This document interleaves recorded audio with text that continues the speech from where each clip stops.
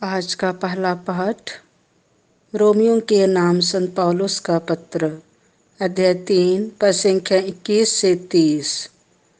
मनुष्य संहिता के कर्म करने द्वारा नहीं, बल्कि विश्वास द्वारा पाप मुक्त हो जाता है। ईश्वर का मुक्ति विधान, जिसके विषय में मूसा की संहिता और नबियों ने साक्ष्य दिया था, अब संहिता से स्वतंत्र रूप में प्रकट किया गया है। वह मुक्ति यीशु मसीह में विश्वास करने से प्राप्त होती है। अब भेदभाव नहीं रहा। यह मुक्ति उन सबों के लिए है जो विश्वास करते हैं, क्योंकि सबों ने पाप किया और सब ईश्वर की महिमा से वंचित किए गए। ईश्वर की कृपा से सबों को मुक्त में पाप मुक्ति का वरदान मिला है, क्योंकि यीशु मसीह ने सबों का उद्धार किया है। ईश्वर ने चाहा कि यीशु अपना रक्त बहाकर पाप का प्रायश्चित करे और हम विश्वास द्वारा उसका फल प्राप्त करें।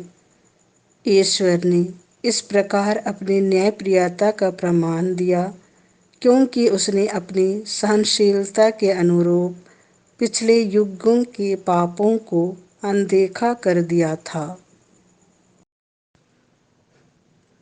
उसने इस युग में अपनी न्यायप्रियता का प्रमाण देना चाहा, जिससे यह स्पष्ट हो जाए कि वह स्वयं पवित्र है और उन सबों को पाप मुक्त कर देता है जो यीशु में विश्वास करते हैं। इसीलिए किसी को अपने पर गर्व करने का अधिकार नहीं रहा। किस विधान के कारण यह अधिकार जाता रहा? यह कर्मकांड के विधान के कारण नहीं हुआ, बल्कि विश्वास के विधान के कारण, क्योंकि हम मानते हैं कि संहिता के कर्मकांड द्वारा नहीं, बल्कि विश्वास द्वारा मनुष्य पाप मुक्त होता है। क्या ईश्वर केवल यहूदियों का ईश्वर है? क्या वह गैर यहूदियों का ईश्वर नहीं? वह निश्चय ही गैर यहूदियों का भी ईश्वर है, क्योंकि केवल एक ही ईश्वर है जो खतने वालों को विश्वास द्वारा पाप मुक्त करेगा और उसी विश्वास द्वारा बेखतने लोगों को भी। यह प्रभु की वाणी है। संत लुकस के अनुसार पवित्र सुसमाचार, अध्याय 11, पद संख्या 47 से 54। हाबिल के रक्त से लेकर जकरियस के रक्त तक जितने नबियों का रक्त बहाया गया है, उसका हिसाब इस पीढ़ी को चुकाना पड़ेगा।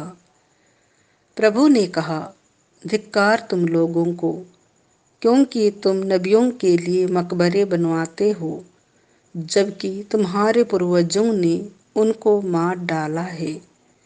इस प्रकार तुम अपने पूर्वजों के कर्मों की गवाही देते हो और उनसे सहमत भी हो, क्योंकि उन्होंने तो उनको मार डाला और तुम उनके मकबरे बनवाते हो।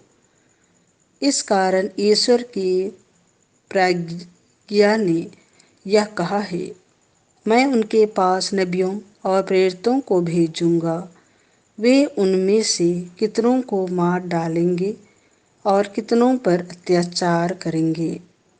इसीलिए संसार के आरंभ से कितने नबियों का रक्त बहाया गया है, हाबिल के रक्त से लेकर जकरियस के रक्त तक, जो वेदी और मंदिर गर्भ के बीच मारा गया था। उसका हिसाब इस पीढ़ी को चुकाना पड़ेगा। मैं तुमसे कहता हूँ, उसका हिसाब इसी पीढ़ी को चुकाना पड़ेगा। ऐ शास्त्रियों, धिक्कार तुम लोगों को, क्योंकि तुमने ज्ञान की कुंजी ले ली। तुमने स्वयं प्रवेश नहीं किया और जो प्रवेश करना चाहते थे उन्हें रोका। जब यीशु उस घर से निकले तो शास्त्री और फरीसी बुरी तरह उनके पीछे पड़ गए और बहुत सी बातों के संबंध में उनको छेड़ने लगे।